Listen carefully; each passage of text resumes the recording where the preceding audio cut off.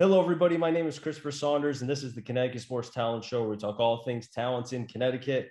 On today's show, I'm pleased to have a special guest, the new head coach of the Fairfield Stags, Carly Thibault Dudonis. Coach, first off, I want to say congratulations on being named the newly head coach of the Stags, and welcome to the podcast. Thank you. I appreciate that. I'm excited to be here. I think obviously, and I know as far as the Connecticut girls basketball head coaches that I know, we're so happy to see you being hired as the coach and to kind of see one of their own from Connecticut get the opportunity. And I think they're really going to love this podcast. I really do. Yeah, I'm excited to be back with amongst really good coaches in the state. Now, before we get into your time, obviously with Fairfield, there's a lot of history here with you as far as the game of basketball itself. But I want to go back to the beginning. And I always ask this when it comes to players. So coaches, I feel like it's very unique. The game of basketball, I mean, I know it's in your blood, but did you start dribbling a basketball once you were born? I mean, that's kind of what I feel like it was. Well, it's actually kind of funny. I think we had to do some, college essay when I was in high school, and I wrote mine in the 4 quarters of my life, basically. And my the ball was tipped in my life when I was induced as a baby because my dad had to go to NBA Summer League. So it's been like that since I was young, and I've been around it for as long as I can remember. It's really the only life I've known with my dad coaching, and so and while he never forced it on me, he never made me play, he never made me coach. It's just I had fallen in love with the game a long time ago.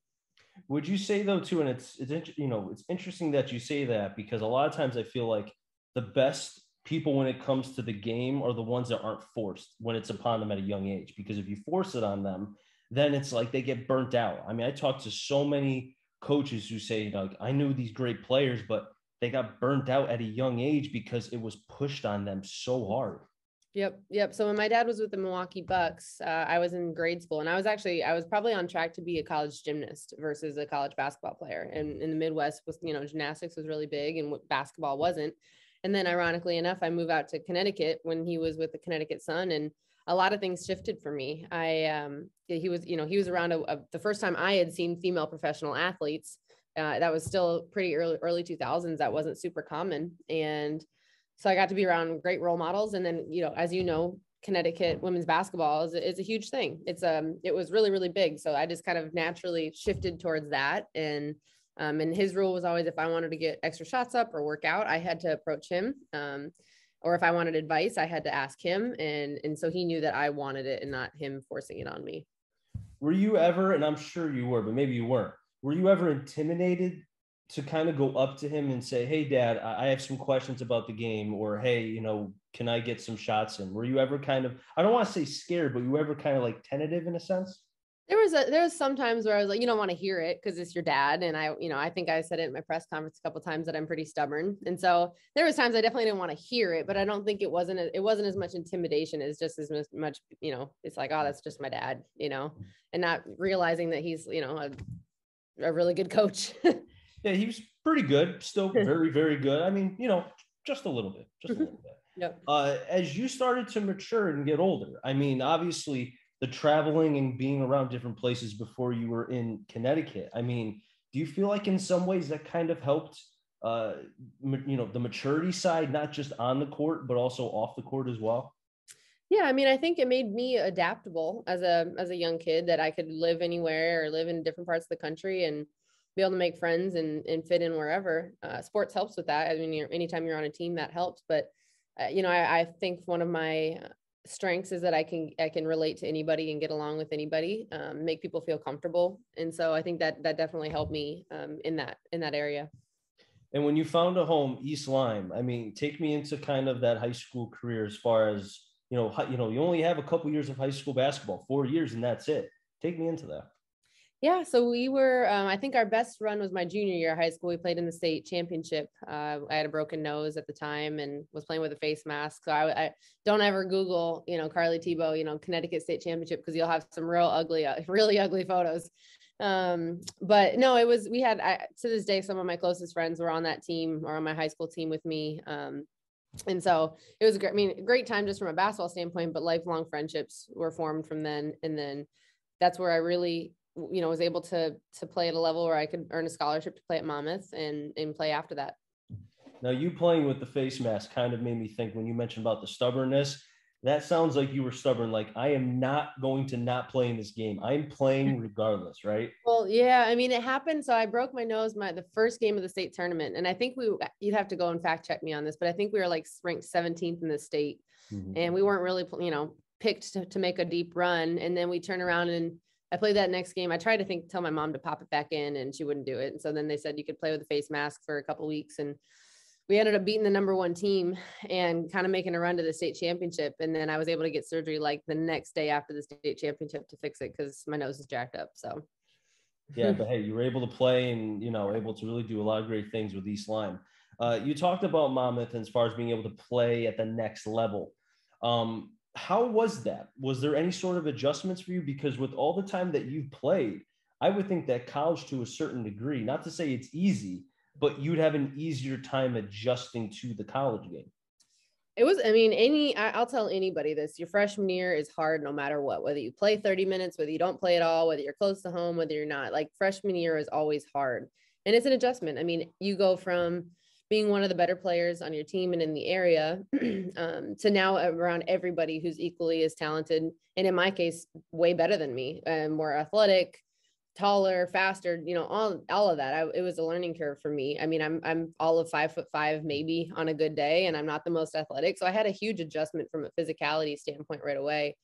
And I had to learn quickly that I had to be elite in other ways to get on the court. And for me, that was being able to shoot the ball. And I knew I had to come in the best shape, bring all the intangibles, work my butt off all the time. I had to find other ways to get on the court because I wasn't the best one anymore. And so that's an adjustment for almost, not all, but most players for sure.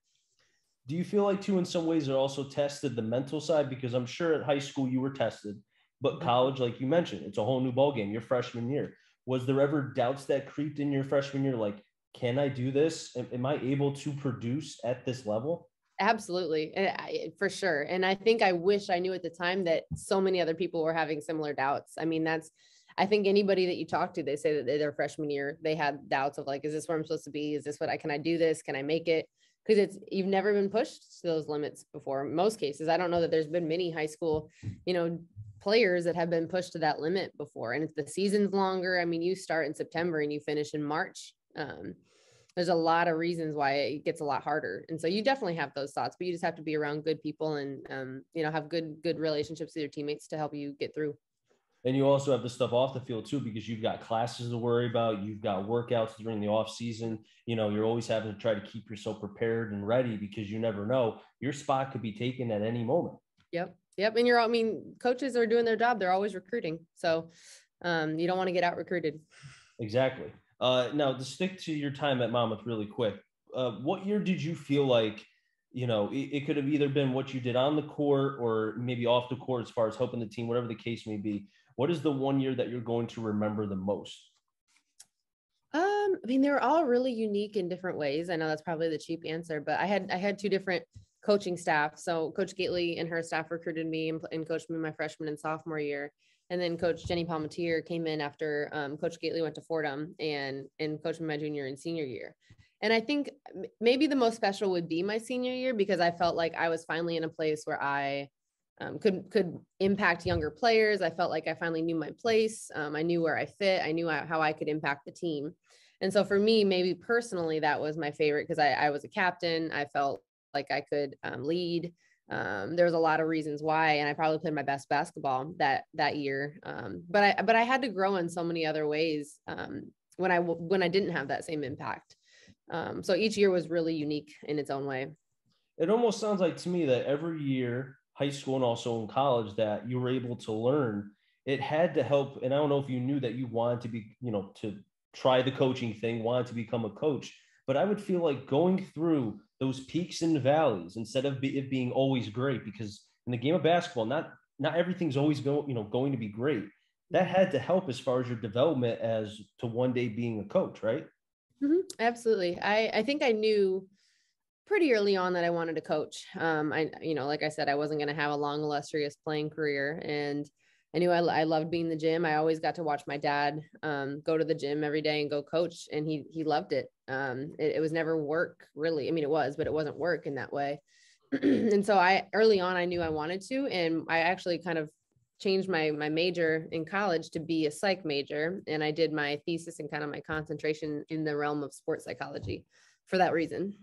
Smart move, because what's the best way to get into an athlete's psyche, trying to help the positivity, especially if you want to be a coach, get into their mind. Yep. Yep. That's smart. Yeah, it's a huge part of it. Like once you get to this level and talent isn't, I mean, there is a separator in talent, but so much of it does become mental and in a lot of ways. So coaching, how did that transpire? How did that come about? So when I was in my senior year, my plan was to go and try and find somewhere. At the time, this was 2012 going into my senior year. And I wanted to try and go the GA route and be a graduate assistant somewhere. And so I started looking. Sports psychology wasn't really a huge deal at that point, where it's now more it's a common major. At that point it wasn't, or a common master's. Mm-hmm. And I'd found probably 6 to 8 schools that had offered some version of sports psych as a master. So I reached out to those schools, to see if they needed a GA, and Florida State didn't, but I knew Brooke Wyckoff on the staff because she had played for my dad and with the Connecticut Sun. And they said, we don't have a GA spot, but we do have this director of recruiting role that you can interview for. So I did that, and Coach Sue brought me in, and the rest is kind of history from there. She gave me my first opportunity, and I went from there. It sounds like, again, it's a lot of times it's not what you know, but who you know. But I feel like in a lot of ways too, yes, it's who you know, but if you're not able to back it up and produce in a sense, mm-hmm. that you're not able to take that next step. And I feel like some people kind of lose that because they think, oh, just because I know Bob from wherever, I can just get in there. Mm-hmm. Yeah, in a sense, but if you don't do your job, then you're going to get fired the next day. Yeah, that was something for me that I always took personal, because while I think a little bit older, I realized that I am lucky and I should use connections that I do have. I was always kind of, again, here comes the stubborn piece, but I took it personal that I didn't want to get anywhere just because of my name, or who I knew. And so I almost, I think, went above and beyond in some ways, because I didn't want that to be my reputation, is that, well, that's her dad or whatever. And so that I always took pride in trying to be the hardest worker wherever I was, so that my reputation would live up to whatever I was doing.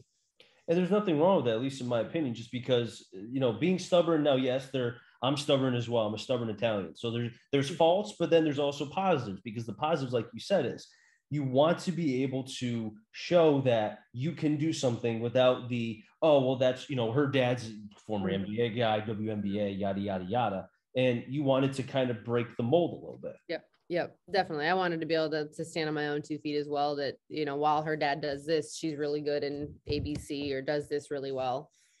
So. Now, I know throughout your stops, I know Mississippi State, you were there for a couple years. Let's talk about that for a second. Back to back, I think it was Final Four appearances. You ended UConn's, I think it was 111 game win streak. Mm-hmm. If I remember right, I think Dak Prescott, because I'm a Cowboys fan, I'm pretty sure he was at that game. He was, yeah. Talk to me about, I'm sure you could talk to me about the season, which was great, but just back-to-back Final Fours, beating UConn. Talk to me about that, please. Yeah, no, that was a crazy run. And I think I've said this before publicly, but I think how cool that is, how big of a deal that is. But in the moment, like, you beat UConn, and then you got to turn around and prepare for the national championship game. So you keep preparing, you have a shoot around, you got to practice, you got film to watch, you got all of that. So you keep moving. And then I think more so you look back on it and you realize how cool that was. And then I think what I give Coach Schaefer so much credit. I mean, he's a fantastic coach. He gets a lot of credit for, being a great defensive coach, but he's a really good offensive coach. And I think I give him so much credit in that off season. He did a lot for us to get better, because you have to keep getting better to get back to that point. And so we played a different style. I shouldn't even say a different style, but we moved Victoria Vivians to the 4 that second year, which I think opened up the floor a ton. People couldn't help on Tierra McCowan. We had shooters all around the perimeter. And so I thought we got better after that, which is a huge testament to him and, his ability to evolve.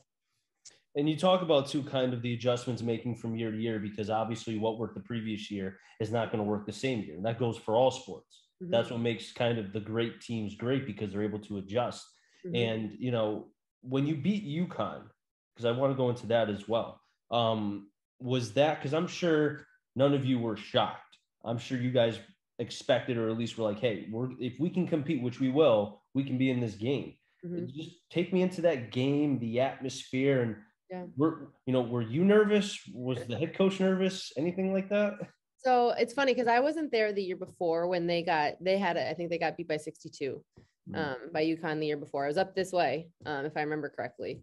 And I remember I was at Eastern Michigan at the time. I remember watching it on TV, and our strength coach after that had written in big, huge letters on the window in his office looking out to the weight room, 62, as a reminder for the team.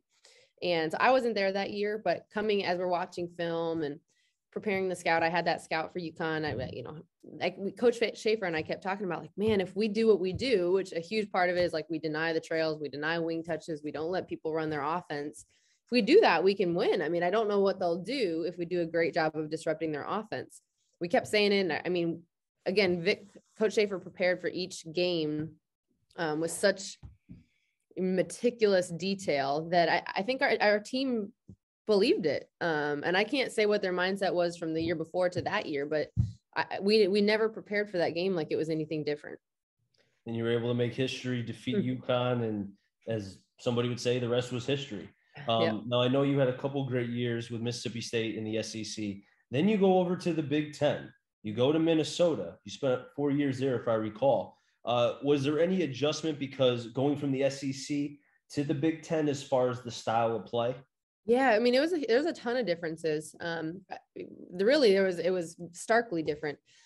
Coach Way is very different in her, how she approaches it, how she coaches than Coach Schaefer. And so there's a lot of adjustments for me of, recruiting for a different style, recruiting to a different head coach, recruiting in a different area of the country. And then the Big Ten, I was really impressed. I don't think I realized how good the Big Ten was going into it. But there were some fantastic coaches. I think coaches did a great job of picking apart your deficiencies defensively. I was really impressed by that. And I think the difference for the Big Ten was in the SEC, not everybody plays the same style, but there's a really distinct style of play in the SEC, whereas you get to the Big Ten and, Rutgers plays very different than Iowa, and Michigan plays very different than Nebraska. And there's really different style of plays top to bottom. So you're preparing for a different style every night. As you were going through your years as a assistant coach and kind of learning from not just coaches from the past, but also from the most recent, Mississippi State, from Minnesota and such, was there ever anything in the back of your mind like, you know what, I kind of want to give this head coaching thing a try. I think I can do a pretty good job at this. Did that ever kind of creep into your mind over the years? I got asked it a lot, and my answer was usually no. I didn't want to be for a long time. And then I think this year honestly gave me the most confidence in the sense of, Coach Way got her appendix out mid-year and I had to coach a couple games. And I think for me, as soon as I did that, I was like, oh, that's not as scary or not as daunting, or I was more comfortable than I thought I was in that role. So I think that helped me. I had a whole bunch of people always tell me that I was going to be that, but I guess I didn't really ever believe it. And then Fairfield was just a great fit for me in a lot of ways. So here I am. It's funny how things work in strange ways where everything happens for a reason. Like you mentioned, appendix has to come out for the head coach. You got to go away for a couple of days. Insert you. There's a reason you were put into that spot for a reason. And it kind of showed you, like you said, it's not scary to coach. It's kind of like what, putting tires on a car and just driving it. Right.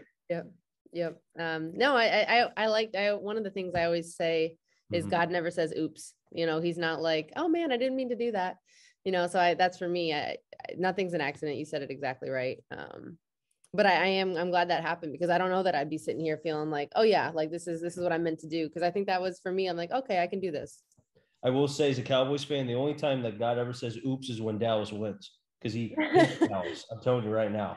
I don't know if you're a football fan, but don't be a Cowboys fan, please. I will not be a Cowboys fan. I grew up a 49ers fan. My dad's a 49ers fan. So. Oh, really? Yep. Okay, so he must not be happy about Deebo Samuel wanting to get traded. Yeah, I'll have to ask him that one. I honestly, I couldn't tell you any of the news in the sports world these days. But hey, they've seen a lot more success than Dallas has. I'll tell you that much. Yep. Anywho, back over to you because that's why I have you here. So we talk about the Fairfield opportunity.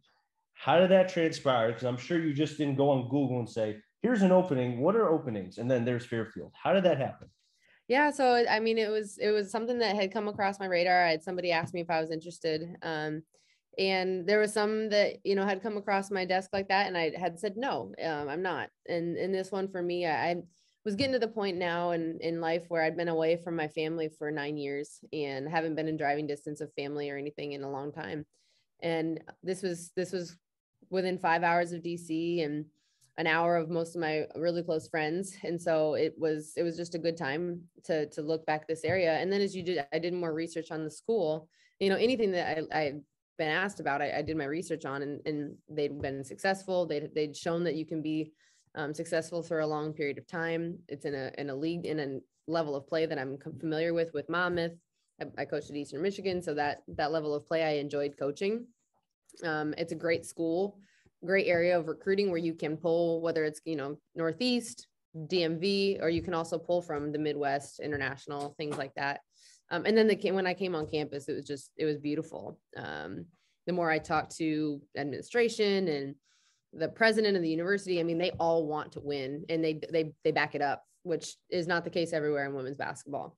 So for a lot, it kept checking all the boxes throughout the process, and thankfully they offered me the job. I would think another part that would, I think, make you an attractive candidate to be the coach is that it's not like you've just been at one place. You've been, and that says a lot for a lot of coaches, that you've kind of grinded through, you went through the trials as far as being in different conferences, different places, seeing different styles of play. That has to help as far as, and to go back to your development as a coach, that has to help as a head coach. Yeah, I mean, I can't say what they take from that, but for me, I know it's made me better to learn a lot of different ways of doing things, taking things that you like, things that you don't like, making a note of that as well. But that in the end of the day, I think the cool thing is you have to be true to you and what your style is and what resonates with who you are and how you want to coach. So it's kind of figuring out who you are in the process. No, I know I spoke with you about the press conference, and you said you were a little bit nervous, didn't like the eyes on you, but you were able to kind of get through it. How was kind of preparing for that? Were you nervous for that a little bit? Oh, for sure. Definitely. I think I mentioned to you, but I'm good in a locker room in front of the group, or, even donors, if I'm talking about basketball or whatever, but that was a little bit, different level. They did a great job of making it a big deal. And you could feel that. And so I definitely was nervous, but really sweet of some of the team to come out, and my mom was there. My husband was there. So it was a fun day. And I heard, or not heard, but I saw it when I read the article preparing for this interview, that your mom cried a little bit. Nothing wrong with that. Those are tears, I bet you, of joy. Yes. Yeah. She's the crier. I'm not a crier. So she holds down the tears. So you're the opposite. You're more like your dad. Tough yes. as nails. Yep. That's awesome. Coach, I really do appreciate you coming on. It's awesome to be able to have you on here. I just have one more question for you really quick. Obviously, being a first-year head coach, that you're trying to kind of lay the foundation. You want to be able to build your own house. A lot of success with Fairfield. There's a lot of history. If you could share anything as far as kind of what's on the agenda for you over the next couple months as you continue to lay your own bricks to build your own house. Yeah. I mean, I told the team they did so many things amazingly well that we're going to build on what they have done. I mean, similar to what we talked about with Coach Schaefer about how he was able to adjust after a Final Four and make it back there. We didn't do the same things. We had to evolve and we had to enhance what we did. And so that's the same thing here, is that we're going to enhance what they've already done. It might look like playing a little bit faster. We might have to bring in a few pieces, whether it's transfer portal or whatever. We're still working through some of that, but for right now, I've just been spending a lot of time, as much as I can, in the gym with the women and getting to know them, figuring out what their strengths are. And while I have a vision of how I want to play, you also have to be smart in what are our strengths and what can we do, because we still want to win. I'm not just going to be so stubborn that we're going to play this way and it doesn't work for our team. So it's just kind of getting a good feel for what we've got, and then how we need to progress, whether it's on the court and recruiting going forward. Coach, again, it was awesome to be able to have you on here. I appreciate you taking time out of your day, especially coming out of practice to be able to come on here. It was a lot of fun. Hope to have you back on again sometime. And hopefully you have a good rest of the spring. And I know you're going to be busy, but at least a somewhat fun summer for you. Yeah, it'll be a spring full of moving out to Connecticut. So it'll be fun. Now, wrap things up here in the Connecticut Sports Talent Show. So until next time, stay safe. Remember, CT stands for Connecticut Town. I'm out here and find them all. Enjoy the rest of your day, everybody, and be well.